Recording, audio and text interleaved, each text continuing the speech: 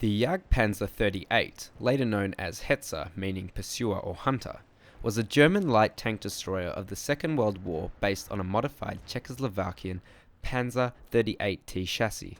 The project was inspired by the Romanian Marsal tank destroyer. The name Hetzer was at the time not commonly used for this vehicle. It was the designation for a related prototype, the E10. The Skoda factory for a very short period confused the names in its documentation and very first unit equipped with the vehicle, thus for a few weeks applied the incorrect name until matters were clarified. However, there exists a briefing paper from Heinz Guderian to Hitler claiming that an unofficial name, Hetzer, had spontaneously been coined by the troops. Post-war historians basing themselves on this statement made the name popular in their works, though the vehicle was never named as such in official documents. The Jagdpanzer 38 was intended to be more cost-effective than the much more ambitious Jagdpanther and Jagdtiger designs of the same period. Using a proven chassis, it avoided the mechanical problems of the larger armoured vehicles. It was built on the Panzerkampfwagen's 38T's widened and lengthened chassis, with modified suspension, larger road wheels, and uprated engine. The new engine was a 160 PS Praga AC2 six-cylinder engine controlled by a Praga-Wilson gearbox, 5 speeds forward and 1 speed reverse. The chassis was modified in order to accommodate a larger gun and thicker armour than the regular Panzerkampfwagen 38T tank. Its combat weight was 16 metric tons versus 9.8 tons for the Panzer 38T, and it could travel at a maximum speed of 42 km per hour. It was better armoured than the thinly armoured early Panzerjäger Marder, and Nassau'n with a sloped armour front plate of 60mm sloped back at 60 degrees from the vertical, equivalent in protection to about 120mm, and carried a reasonably powerful 75mm gun, was mechanically reliable, small, and easily concealed. It was also cheap to build. The Jagdpanzer 38 succeeded the open-top Marder III, based on the same chassis. In production from April 1944, about 2,584 were built until the end of the war. The older Marder III Panzerjäger series retained the same vertically sided chassis as the Panzer 38T. In the Jagdpanzer 38, the lower hull side sloped 15 degrees outwards to make a roughly hexagonal shape when viewed from front or rear. This increased the available interior space and enabled a fully enclosed casemate-style fighting compartment. Because of the fully enclosed armour, it was 5 tons heavier than the Marder III. To compensate for the increased weight, track width was increased from 293mm to 350mm. Initial production of the Jagdpanzer 38 did not sit even with the ground because the gun, transmission, and thicker frontal armour weighed the front down. The leaf springs were strengthened from June 1944, which levelled the posture of the vehicle. From May to July 1944, accessibility was improved in the form of more hatches. Commander's smaller hatch opening to the rear, then right rear corner for radiator access and left rear corner for fuel tank access. From August 1944, lighter inner and outer mantlets reduced the weight by 200 kilograms. These were more conical looking compared to with the half cone-shaped initial mantlets. Also, from August 1944, new rear idler wheels were introduced that had 8, 6, and 4, not necessarily in that order, lightning holes instead of 12. These simplified the manufacturing process. In September of 1944, the front 16 spring leaves were increased in thickness to 9mm per leaf. The rear 16 remained 7mm thick. Also in September, the side Scherzen's front and rear tips were bent inward to prevent them from catching bushes and getting dismounted. It was discovered that the driver's periscope housing acted like a shot trap, preventing incoming shells from bouncing off the front glacis. The protruding housing was removed. Instead, the periscope was inserted into vertical cuts to the front armour from October 1944. Also from October 1944, a flame-reducing muffler was introduced. These reduced visibility and backfire. A head cushion was added to the commander's hatch from October 1944. At the same time, road wheels rims were riveted instead of using bolts. To cope with the heavy front and the necessity to traverse the vehicle to aim, the gear ratio was lowered. A buttoned-down Jagdpanzer 38 was blind to its right side. Since 20mm of side armour, same as the late model Panzer II side armour, was only adequate to protect crew from small caliber guns, it was important to face the threat frontally.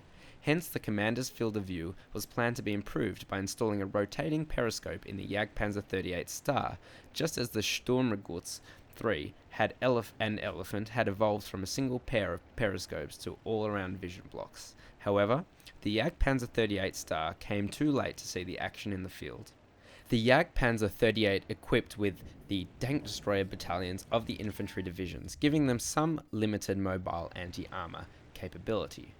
After the war, Czechoslovakia continued to build the type, versions ST1 and ST3 for training version, about 180 units built, and exported 158 vehicles to Switzerland. Most vehicles in today's collections are of Swiss origin. By order of Adolf Hitler in November 1944, a number of Jagdpanzer 38s were refurbished straight from the factory with a Kobe flamethrower and accompanying equipment instead of the normal gun. The flame projector, encased in a metal shield reminiscent of that of a gun barrel, was very prone to damage. Fewer than 50 of these vehicles, designated Flammpanzer 38, were completed before the end of the war, but they were used operationally against Allied forces on the Western Front. Further variants were a Jagdpanzer 38 carrying a 150mm SIG 33-2 howitzer, of which 30 were produced before the end of the war, and the Bergpanzer 38, a light recovery vehicle of which 170 were produced. Plans were made to produce other variants, including an assault gun version of the Jagdpanzer 38 carrying a 105mm 42 main cannon, a version mounting the 75 KWK 42L70 gun from the Panther, and an anti-aircraft variant mounted with a flak turret. The war ended before these proposed models were put into production. Prototypes were also developed for the Jagdpanzer 38 Star. This was a simplified version of the Jagdpanzer 38 and also a step towards the E10. The design removed the recoil absorber from the main 7.5cm PaK-39 gun, instead attaching the gun to the chassis and using the Jagdpanzer 38 bulk and suspension to absorb the recoil. 10 were built, but never issued. 9 were converted back to normal Jagdpanzer 38, and Hitler ordered the remaining prototype destroyed, rather than let it be captured at the end of the war. The Jagdpanzer 38 fit into the lighter category of German tank destroyers that began with the Panzerjäger 1, continued with the Marder series, and ended with the Jagdpanzer 38. The 75mm PaK-39 L48 gun of the Jagdpanzer 38 was a modified version of the 75mm Stug 40 L48 used in the Stug 3 and the Stug 4 assault guns. With this gun, the Jagdpanzer 38 was able to destroy nearly all Allied or Soviet tank types in a service at long ranges, except for heavy tanks, and its fully enclosed armor protection made it safer vehicle to crew than the open-topped Marder 2 or Marder 3 series. The Jagdpanzer 38 was one of the most common late-war German tank destroyers. It was available in relatively large numbers and was generally mechanically reliable. Like some other late-war German SPGs, the Jagdpanzer 38 mounted a remote control machine gun mount, which could be fired from within the vehicle. This proved popular with the crews, though to reload the gun, a crew member needed to expose himself to enemy fire. Also, its small size made it easier to conceal than larger vehicles. A self-propelled gun such as this was not intended for a mobile meeting engagement or the typical Wehrmacht Blitzkrieg style of warfare. Instead, a light self-propelled gun, like the Jagdpanzer 38, excelled when emplaced along predetermined lines of sight, where the enemy was expected to approach, and when used in defensive positions to support a prepared ambush. The Jagdpanzer 38 is similar in its dimensions and vertical profile to the minuscule and undergunned Panzer II, a pre-war tank. However, by 1944, the majority of tanks were dramatically larger and heavier, making a Jagdpanzer 38 waiting motionless in ambush a very small target to detect, much less hit. Its main failings were comparatively thin side armor, limited ammunition storage, poor gun traverse, poor internal layout that made operating the vehicle difficult, as well as leaf springs and drive wheels that were prone to failure due to the increased weight. Using the Jagdpanzer 38 and similar vehicles according to a defensive doctrine would offset some of these disadvantages of poor side armor and limited gun traverse. The Jagdpanzer 38 first entered service with the Heers Panzerjäger Abelting 731 in July 1944. This unit was sent to Army Group North on the Eastern Front. One report from the Eastern Front describes that a company of Hetzers destroyed 20 enemy tanks without any losses. Due to the large number produced, the Jagdpanzer 38 is probably the most abundant World War II German tank destroyer remaining today, though many survivors are actually post-war Swiss G13 variants. In addition to numerous examples in museums, there are Jagdpanzer 38 in various conditions in private collections. In 2007, a Jagdpanzer 38 was recovered from the Baltic Sea in Jurata, Poland. It is currently being restored.